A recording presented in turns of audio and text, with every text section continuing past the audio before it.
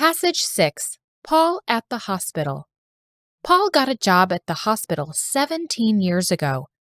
He has gone to college at the University of Toronto and graduated in the year 2000. After college, he had briefly worked at a clinic.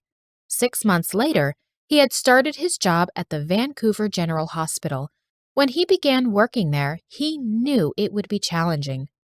Recently, his daughters, Alice and Ellen, visited him at work. When they arrived at the hospital, Paul greeted them. He showed them around and introduced them to his coworkers, all of whom were doctors and nurses. Then he took his daughters to the cafeteria. Alice had recently gotten food poisoning from an egg sandwich, so she got a hot dog instead. Paul and Ellen got salads. They sat at a table outside in the sun. In the middle of lunch, Paul was called in to see a patient. He told his daughters to wait there. The patient was Mrs. Martin.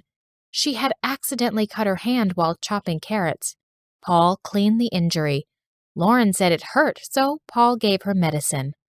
Then he stitched up the wound.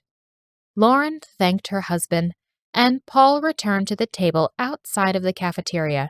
His daughters were still close by, but they had moved to the shaded area under a tree.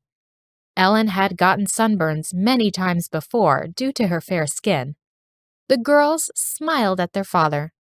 "What happened?" asked Alice. "An older lady had cut herself quite badly," replied Paul. "Is she okay?" said Ellen. "She will be fine," said Paul. He smiled reassuringly.